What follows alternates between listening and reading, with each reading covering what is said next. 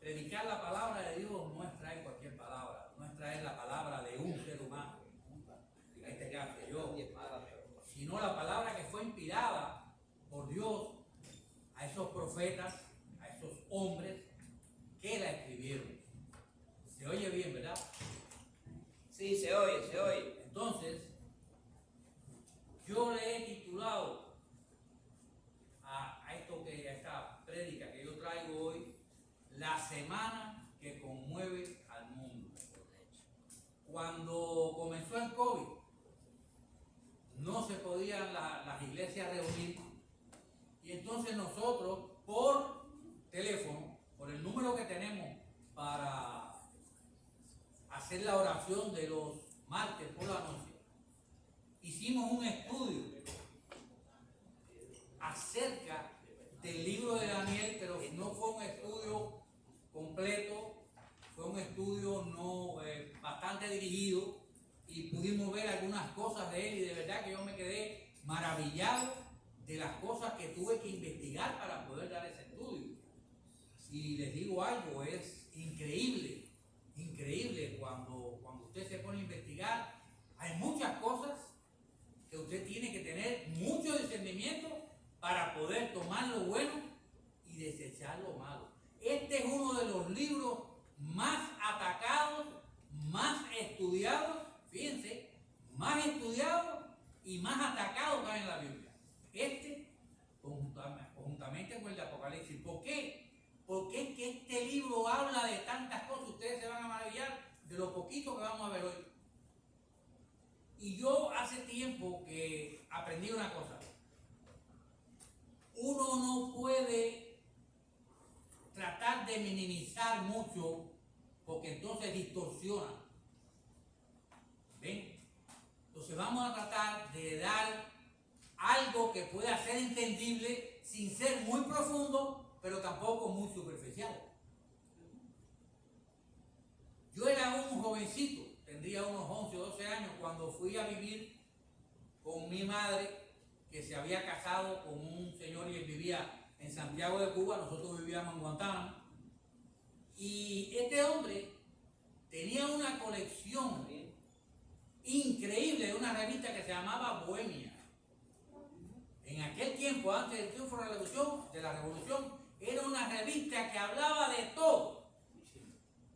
Y a mí me encantaba, porque, óigame, creo que alrededor como de 30 años que llevaba aquel hombre, porque era semanal la Bohemia, y eran estantes, y yo leía en aquel tiempo, entre todas las cosas que leía, porque leía todo aquello que los muchachos de esa etapa leían, las aventuras de Sandokan y no sé quién, y aquello, y Tom Sawyer en español, aquello traducido, el tío Tom, traducido al español. Una cosa bella, es bello leer. Hoy día los muchachos casi no leen.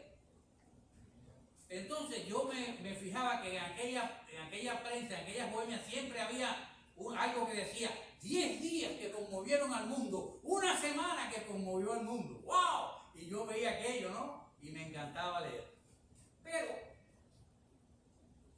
estos se referían a eventos en la historia de la humanidad que de hecho verdaderamente tuvieron un impacto enorme en la historia de la humanidad, como por ejemplo la Primera Guerra Mundial? Por el asesinato de un archiduque, ¿verdad? El archiduque, el príncipe Francisco Fernando de Austria. Eso trajo una conmoción tan grande que dio lugar a la Primera Guerra Mundial.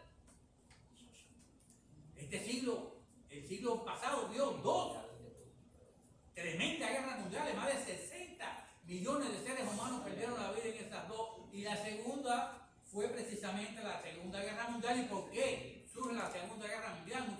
Muchas personas no saben eso. Es que en esa, la Gran Depresión, que comenzó en el 1929, alimentó de una manera universal el descontento social en el mundo entero.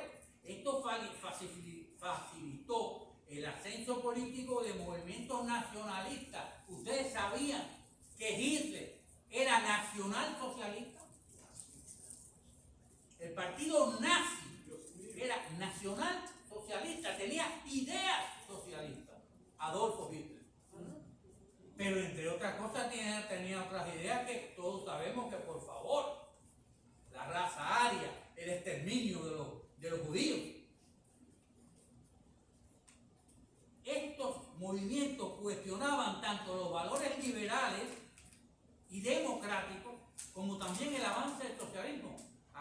Recordemos que en el año 17, Vladimir Ilich Lenin, los bolcheviques, toman el poder, derrocan a los zares, que eran los que imperaban en ese tiempo en Rusia, lo derrocan a esa familia. Aquello fue terrible lo que le sucedió a toda aquella familia, empezando por el más viejo y terminando por los niños. Ninguno vio la luz del sol. Para Siberia fueron todos, acabaron con ellos. Ahora, ¿por qué hemos escogido este título, La Semana que Conmueve el Mundo? Es que vamos a referirnos a unos eventos que sin lugar a dudas de ninguna clase esbozan, le enseñan a uno todos los acontecimientos a los cuales la Biblia llama los últimos tiempos o los tiempos del fin. Estos eventos tienen estrecha relación con lo que se detalla en el Nuevo Testamento. Ahora, vamos a hablar acerca de la porción escogida, y esta porción fue escogida del libro de Daniel. Y vamos a hablar algo del libro de Daniel. Es importante que ustedes sepan esto. El libro de Daniel es un libro profético. Desde Daniel 1 hasta el fin del último capítulo. Allá en el capítulo 12. Lo que pasa es que se intercala de una manera que los críticos, siempre va a haber críticos. A cada uno de nosotros aquí nos critican. Porque te pusiste este zapato, porque te pusiste acá, porque el pelo así, porque la nariz asada. Nos critican. Dime, tú no van a criticar un libro tan importante, la alta crítica esa. Incluso llegan a decir que Daniel no lo escribió. Pero bueno, fíjense para que ustedes vean, para mí este libro es ¿cómo decirte? Una autobiografía de Daniel, escrita por él mismo. Daniel era un jovencito de unos 14 años cuando fue llevado de Jerusalén a Babilonia por el rey Nabucodonosor. Y él les dijo, cuando ustedes lean, se van a ver, él les dijo a sus generales, a los que él tenía al mando, que tenían que escoger jóvenes que fueran de la nobleza, porque esos jóvenes eran estudiados, esos jóvenes estudiaban, pero él lo que no sabía era que esos jóvenes estudiaban la Torá, estudiaban a los profetas. Y este joven no era cualquier joven, igual que sus tres amigos no eran cualquier cosa. Estúdienlo para que ustedes vean qué belleza. Se cree que su nacimiento fue alrededor del año 620 a.C.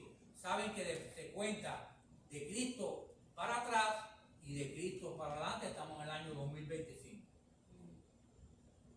Él estaba en ese momento, reinaba el rey Joacim. En la profecía que se ve en Daniel, podemos ver que hay el rey Nabucodonosor, que era el que gobernaba en Babilonia, tuvo un sueño y lo relata en Daniel 2. Pero Daniel también tuvo sueños. Y lo relata en Daniel 7. Y estos dos sueños, tanto el que tuvo Nabucodonosor como el que tuvo Daniel, se complementan. ¿Por qué? Porque Nabucodonosor, que era un rey pagano, hasta ese momento, Dios le da ese sueño. Y Daniel lo interpreta sin saber lo que el rey había soñado. Y en ese sueño ve una estatua enorme, que era de oro, plata, bronce, hierro y hierro y barro. Y él le da la interpretación. Y esto qué es lo que tiene que ver, qué es lo que dice al final, qué es lo que nos trae proféticamente. 1, 2, 3, 4, 5, 6 imperios.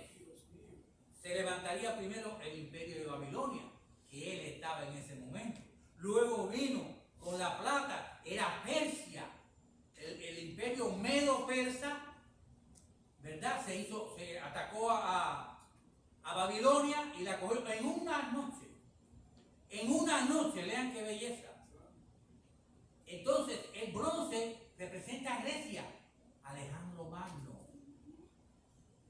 El hierro representa a Roma y el hierro y barro son los reinos que tenía Roma que se dividen. Y la piedra, que no fue cortada por manos humanas, que desmenuzó completamente aquella estatua y la hizo polvo, ustedes saben quién es. Nuestro Rey, nuestro Redentor, nuestro gran Jesús. Amén. Aleluya. Entonces también el sueño que él vio en Daniel 7, que fueron diferentes animales, le enseñó que cada uno de estos metales preciosos que él había visto el rey Nabucodonosor, se representaban con animal, porque representaron cómo era cada uno de esos imperios. Y fíjense que Daniel, cuando vio el último imperio, el imperio de Roma, cuando se divide, era una bestia que él no pudo asignarle una bestia, porque era algo tan terrible. Pero bien, eso no es lo que en realidad queremos que... Miren, Daniel fue contemporáneo del profeta Jeremías y del profeta Ezequiel. Vivieron en la misma época. La valoración como profeta a Daniel se la hace Jesús en Mateo 24:15. Y le dice: varón muy amado, en Mateo 24:15. Jesús habla de Daniel como un profeta. Le dice varón muy amado. Así es.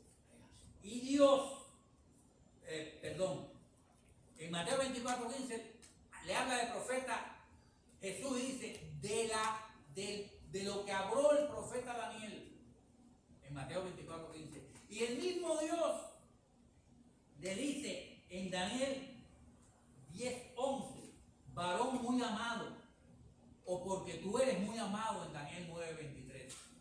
Fíjense qué clase de hombre era aquel muchacho, podemos decir, porque en aquel tiempo él era bastante joven cuando se le da esta profecía.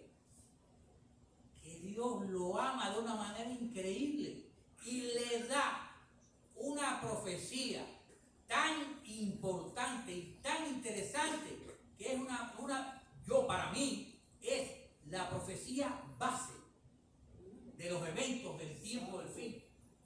Sin Daniel y sin Apocalipsis usted se pierde, porque lo que habla Daniel se explica en Apocalipsis, y muchas cosas que dice Apocalipsis usted viene a Daniel y las entiende. Ellos son dos libros que se complementan. Así mismo. Alabado sea el nombre de Dios. Miren, Daniel había orado fervientemente por su pueblo, confesando sus pecados propios y el pecado del pueblo. Que mucha gente, yo he oído decir que Daniel Daniel fue un hombre igual que usted, igual que yo. Daniel pecó y él mismo lo reconoció.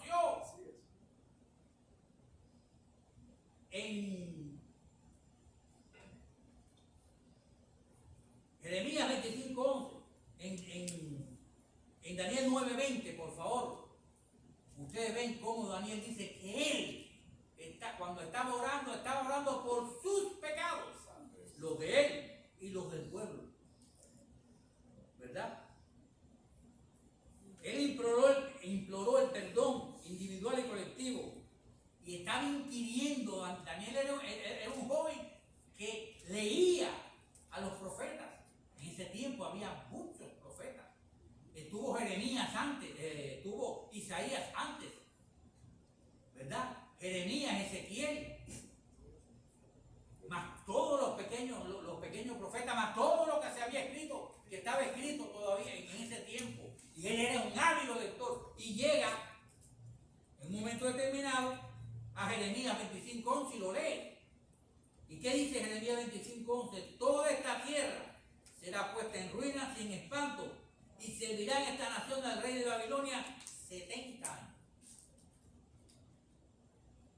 La respuesta a todas estas oraciones que Daniel había elevado a Dios, óigame, es bello ver la manera en que Daniel oró. Léanla para que ustedes vean cómo ese hombre derramó su espíritu, derramó su alma ante el Señor, implorando para él y para ese pueblo pecador. Aleluya, alabado sea el nombre de Jesús. Y miren si Dios amaba a Daniel y que vio cómo era el corazón de ese hombre, que envía a un ángel, al arcángel Gabriel, con una respuesta. Y viene con la respuesta y le da la profecía de las 70 semanas. Vamos a leerla, que está en Daniel 9, del 24 al 27.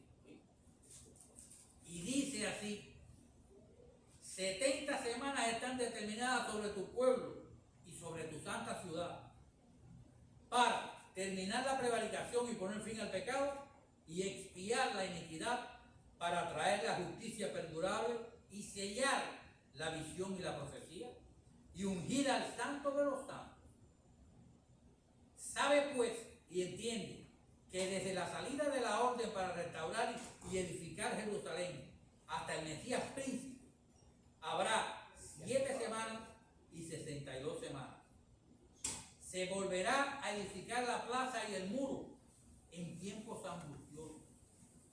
Después de las 62 semanas se quitará la vida al Mesías, mas no por sí, y el pueblo de un príncipe que ha de venir destruirá la ciudad y el santuario, y su fin será con inundación, y hasta el fin de la guerra durarán las devastaciones. Y por otra semana confirmará el pacto con muchos. A la mitad de la semana hará cesar el sacrificio y la ofrenda. Después, con la muchedumbre de las abominaciones, vendrá el desolador hasta que venga la consumación y lo que está determinado se derrame sobre el desolador. Esta porción bíblica que nosotros hemos leído ahora, mucha gente la ha malinterpretado, y fíjense si es así, que esas personas dicen que ya todo eso ocurrió. Que ya todo eso ocurrió, quiere decir que si todo eso ocurrió, entonces, mis hermanos, ya debe haber llegado el rapto. Y óigame, yo no he oído nada en la humanidad que haya dicho que en un cerrar de ojos, de momento, ¡pum!, se fueron millones de personas y fueron a las nubes, porque es lo que dice la palabra, que el Señor que van a estar los que en el rapto se vayan con las nubes del Señor. Interpretan mal. Esto, yo le veo otra interpretación. Y esta profecía está concebida sobre la base de semanas de años en vez de días. ¡Wow! Y usted dirá, es así. Lo que sucede es que en la Biblia depende del contexto para saber si está hablando de una semana de días o de una semana de años. Cuando hablamos de una semana de años, quiere decir que en una semana, cada día es un año. Por eso te dice que hay para mí el versículo 24 es conclusivo. Este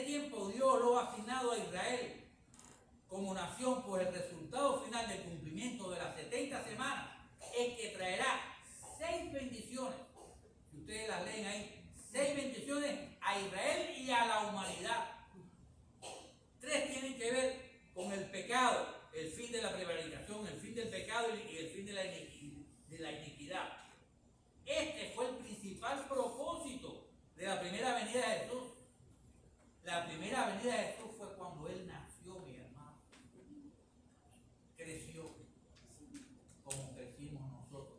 Se desarrolló como nos desarrollamos nosotros. Llegó a ser un hombre y a la edad de 30 años comenzó su ministerio. Óigame, es increíble la cantidad de aristas, de rumbo que tiene este estudio, esta profecía, porque te lleva a tantas cosas que no haría falta días y semanas sin parar para poder hablar de todo lo que aquí. La similitud que hay con David, un ejemplo. Ustedes nunca se han preguntado por qué David, después de ser ungido como rey en Israel, no pudo reinar. David no tenía 30 años. David tuvo que cumplir 30 años para poder reinar. Pero miren qué cosa. Muere, incluso después que muere Saúl y sus hijos, David todavía no toma el reino de Israel. Tuvo que cumplir 30 años. Era así, según la ley dictaba.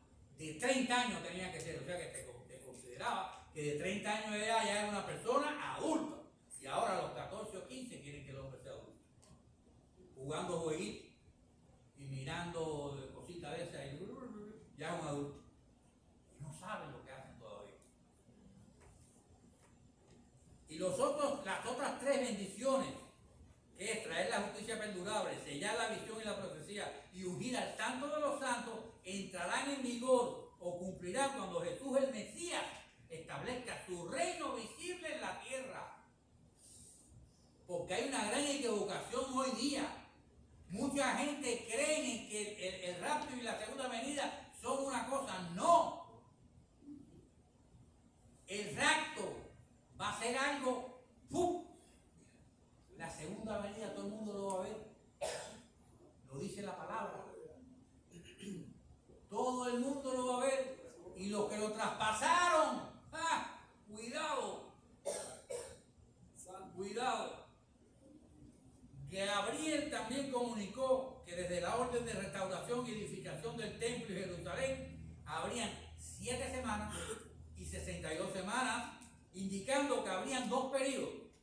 Uno de 49 años para completar la reconstrucción de Jerusalén y el templo, y otro de 434 que proporcionaría información acerca de lo que ocurriría a través de los tiempos y reinos antes de la entrada de Cristo a Jerusalén. Miren, cuántas cosas ocurrieron en estos 434 años. Ocurre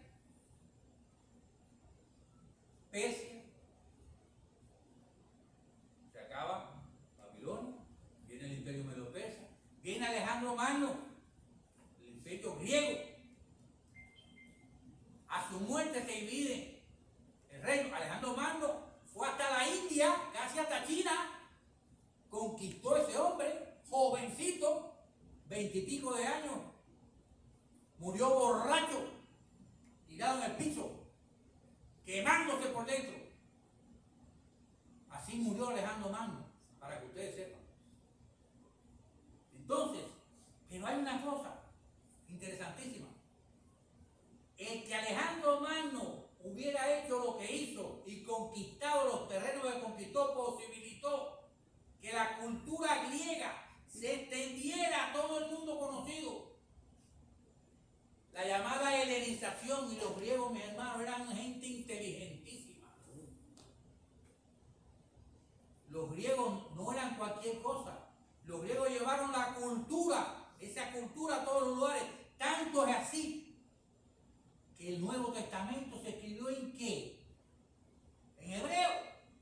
No, en griego, koiné.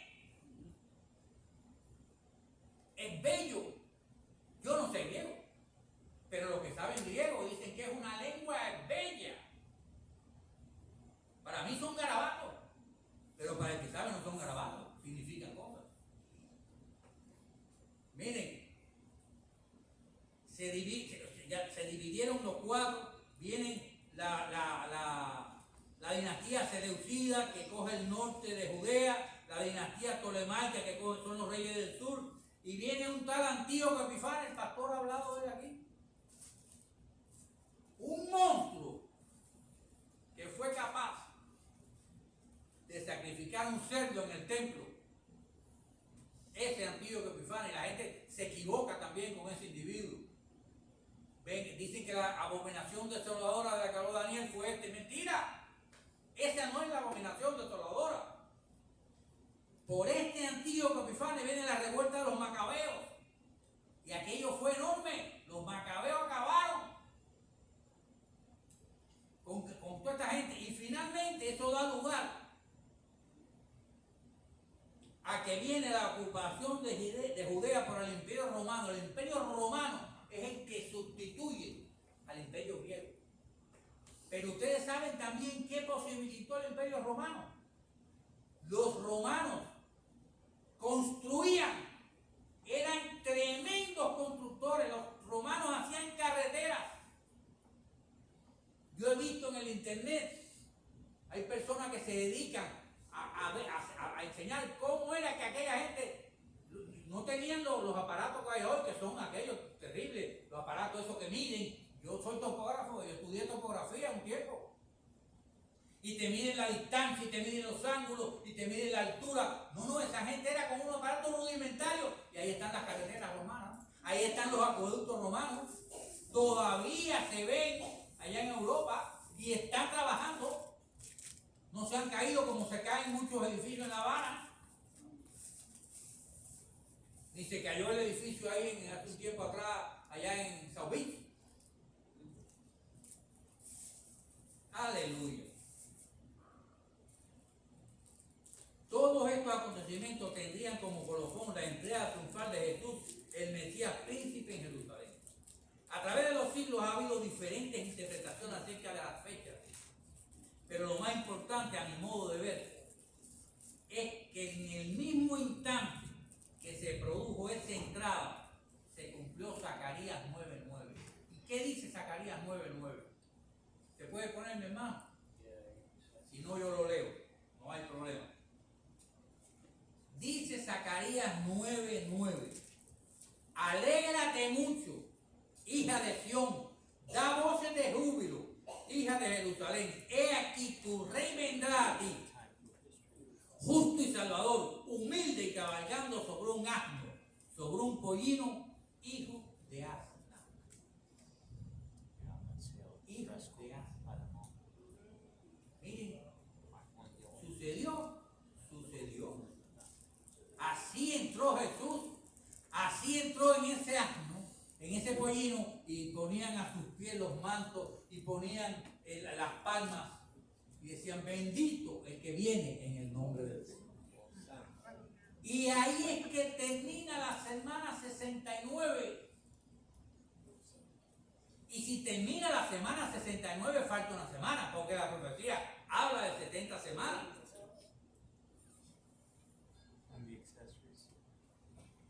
5 días después de esa entrada en Jerusalén, leemos esto: y después de las 62 semanas se quitará la vida al Mesías, mas no por sí. Y el pueblo de un príncipe que ha de venir destruirá la ciudad y el santuario, y su fin será con inundación, y hasta el fin de la guerra durarán las devastaciones. Esa entrada triunfal del Mesías príncipe marca un fin y un comienzo. Comienza un periodo de tiempo indeterminado en el cual estamos viviendo en estos precisos instantes.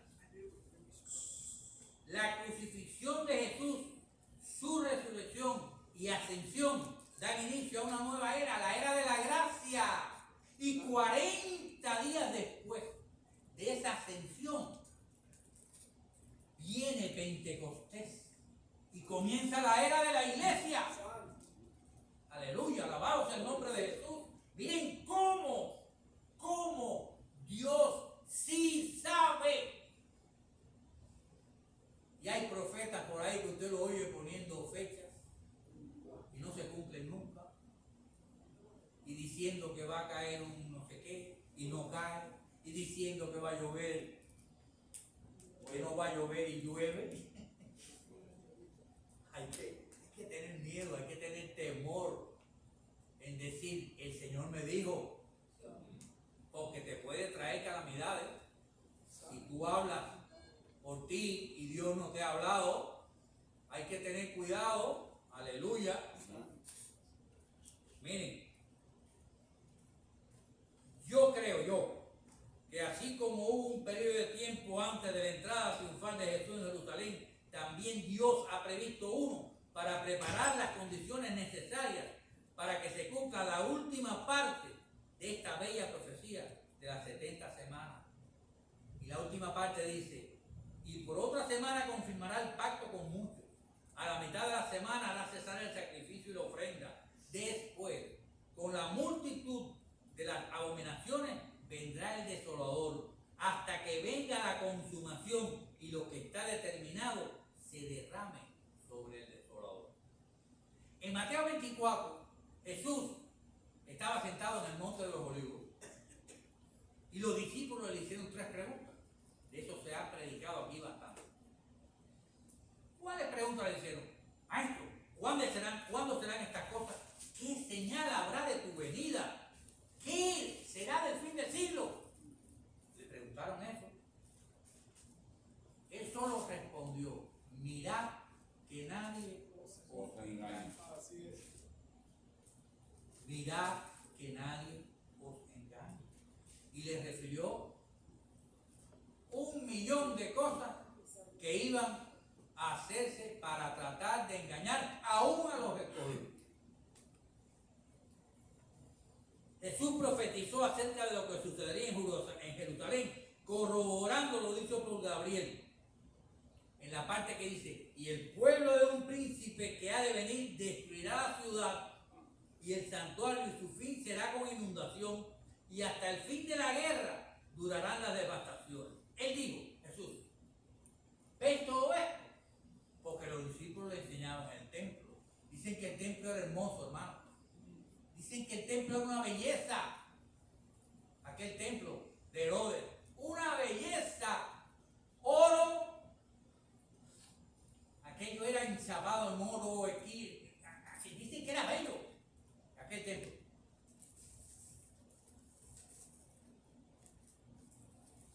Él dijo, ¿ves todo esto? De cierto os digo que no quedará aquí piedra sobre piedra que no sea derribada.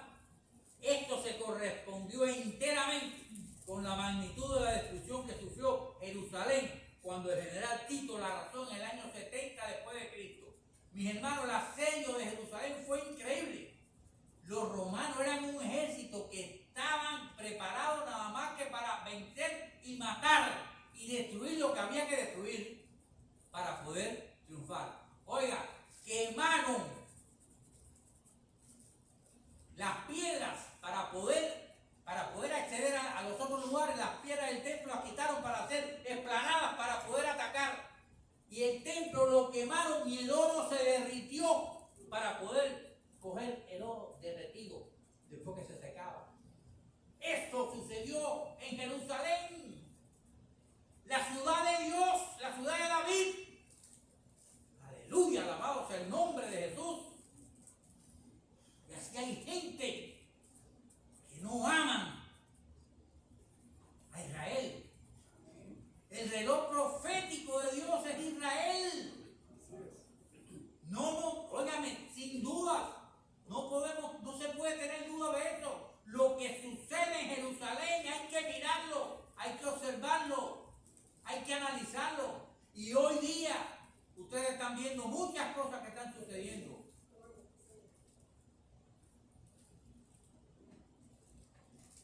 Dice Jesús, Jerusalén sería destruida por gentiles, el templo quedaría desierto y que su destrucción sería tan terrible que no sería dejada piedra sobre piedra. Como les acabo de decir que sucedió en realidad. Luego Gabriel añade, y hasta el fin de la guerra durarán las devastaciones. Y mucha gente no entiende. ¿Qué está sucediendo en Israel hoy día en Jerusalén? Están en guerra, mis hermanos, ahora mismo lo que está pasando en Gaza. Hace 2 años Hamás los atacó, y murieron 1000 y pico de israelitas, más no sé cuántos, 100 y pico, 200 y pico, que se llevaron cautivos y que todavía quedan algunos vivos ahí. Israel está en guerra no solamente con Hamás, con Hezbollah, con Irán. Están en la profecía. No hay tal Palestina, se lo he dicho varias veces que he predicado. No hay tal tierra de Palestina. Es tierra de Israel, que se la dio Dios a ellos. Y están queriendo que ellos se dividan, que dividan esta tierra. No va a suceder. No va a suceder porque Dios no lo quiere. Porque el día que eso suceda, entonces Israel no será Israel. Aleluya. Esto se refiere, hasta el fin de la guerra durarán las devastaciones, al hecho de que Jerusalén continuará bajo un estado de guerra hasta el fin. Este periodo se conoce como los tiempos de los gentiles. Yo personalmente soy de los que cree que su actitud de incredulidad en el presente ha abierto un paréntesis que ha servido para que puedan entrar los gentiles, que en este contexto hace referencia a la iglesia. Todos los que estamos aquí somos gentiles, pero todos somos iglesia. Tenemos que tener esto bien claro. Somos iglesia. Hemos aceptado a nuestro Señor Jesús como nuestro Redentor, como nuestro Salvador, y Él, la iglesia es de Él. Aleluya. No hay tal de que la iglesia sustituya a Israel, como algunos aceptan hoy la doctrina del reemplazo. No hay tal reemplazo, y se lo voy a demostrar ahora mismo. ¿Por qué? La respuesta la da Pablo en Romanos 11, 25 al 26. ¿Qué dice Romanos 11, 25 al 26? Porque no quiero, hermanos, que ignoréis este misterio. Háganse de cuenta que Pablo está parado aquí hablando y nos está hablando a todos. No quiero que ignoréis este misterio para que no seáis arrogantes en cuanto a vosotros mismos, que ha acontecido a Israel endurecimiento en parte hasta que haya entrado la plenitud de los gentiles, y luego todo Israel será salvo. Mis hermanos, cuando ocurra la tribulación y la gran tribulación, se van a salvar. Va a haber 144,000 sellados, 12,000 de cada tribu que van a predicar, pero no solamente a Israel, se van a salvar millones de personas, porque en Apocalipsis usted va a ver que hay un momento en que Juan dice, y esta gente, estos fueron los que salieron de la gran tribulación y han lavado sus ropas. Aleluya, era incontable el número. Fíjense qué importante va a ser que los 144,000 prediquen, aparte de que va a haber también los testigos que el Señor va a mandar a testiguar. Aleluya, alabado sea el nombre. Es increíble. Y luego todo Israel será salvo, como está escrito, vendrá de Sión el libertador, que apartará de Jacob la impiedad. Esto tendrá lugar en el último periodo de 7 años que te corresponde con la semana 70 de Daniel. Hermano, el próximo evento profético a la vista es el rapto de la iglesia. Es un evento inminente. ¿Y qué quiere decir inminente? Puede ser right now, puede ser dentro de 5 minutos, puede ser dentro de 1 hora, yo no lo sé. Fíjense si es así, que el mismo Jesús dijo, pero el día y la hora nadie lo sabe, ni aun los ángeles de los cielos, sino solo mi Padre. Nadie que le diga a usted que hay señales, créale, no le crea. Hay eventos que han ocurrido. Hay eventos que han ocurrido. Porque que Israel hoy sea Israel, después de haber sido esparcido por toda la tierra, como ocurrió después del año 70, óigame, los judíos tuvieron que irse donde quiera. Hay judíos en Cuba, yo los conocí.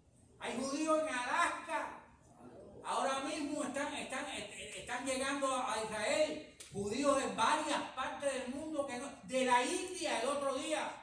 África. Una gente que llevaban siglos y mantenían todo lo referente a aquella época que sus antepasados le fueron dando y ellos fueron atesorando y dejando.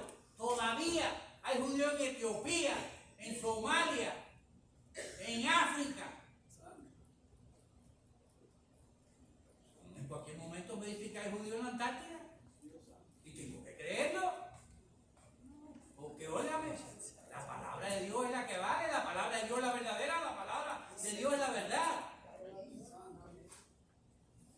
Miren, seamos entendidos en los tiempos para poder discernir estos tiempos y poder cumplir lo que dice la palabra, y con esto terminamos. En Lucas 21:36, si me lo puedes poner, hermano mío, Lucas 21:36, dice: velad pues en todo tiempo orando, que seáis tenidos por dignos de escapar de todas estas cosas que vendrán y de estar en pie delante del Hijo del Hombre. Velad pues en todo tiempo orando, que seamos todos tenidos por dignos de escapar de todas estas cosas que vendrán y de estar en pie delante del Hijo del Hombre. Padre, yo te doy gracias, Señor, por esta palabra. Y sobre todo, Padre, te doy gracias por este último versículo, Padre Celestial. Y yo te pido en el nombre de Jesús, mi amado, oh Señor, que tú nos des, Padre Santo, esa entereza de carácter, mi Dios. Esa entereza, Padre Santo, mi Dios amado, que nuestro espíritu, Señor, obligue, Señor, al alma, Señor, a que te alabe, a que te adore, que oremos en todo momento. Señor, pon en nosotros, en cada uno de nosotros, Padre Santo, un espíritu de oración, mi Dios. La iglesia necesita un espíritu de oración, mi Dios amado, para poder interceder, Señor, por todas las cosas, Señor. Interceder por los que por los no salvos que están, Señor, que andan, Señor, sin rumbo. Interceder por los enfermos, Señor. Interceder por los drogadictos, Padre. Interceder, Señor, por los homosexuales, por las lesbianas, Señor. Interceder por todo ese tipo de gente, Señor, porque son creación tuya, mi Dios amado. Aleluya, alabado sea tu nombre, porque tú quieres que todos los hombres sean salvos. Alabado sea tu nombre, Jesús. Pon en nosotros, mi amado, ese espíritu, Señor, de buscarte cada día, Señor. Cada día, Señor, no importa la hora, Padre Celestial, ya sea de mañana, de tarde, de noche, Padre Santo, que nos acostemos contigo y nos levantemos contigo, Dios. Oh Santo de Israel, yo te alabo, Padre Santo. Yo te doy toda la gloria y la honra, Padre Celestial. Aleluya.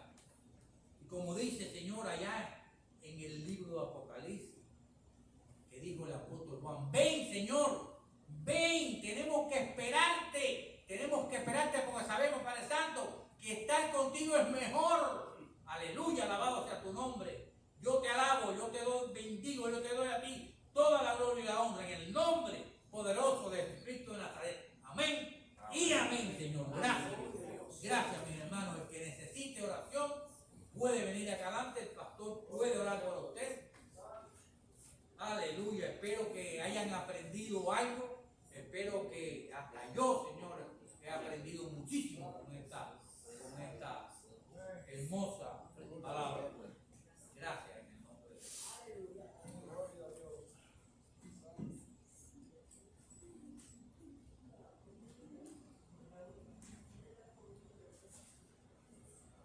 Recuérdense que ahora hay coinonía en el salón social.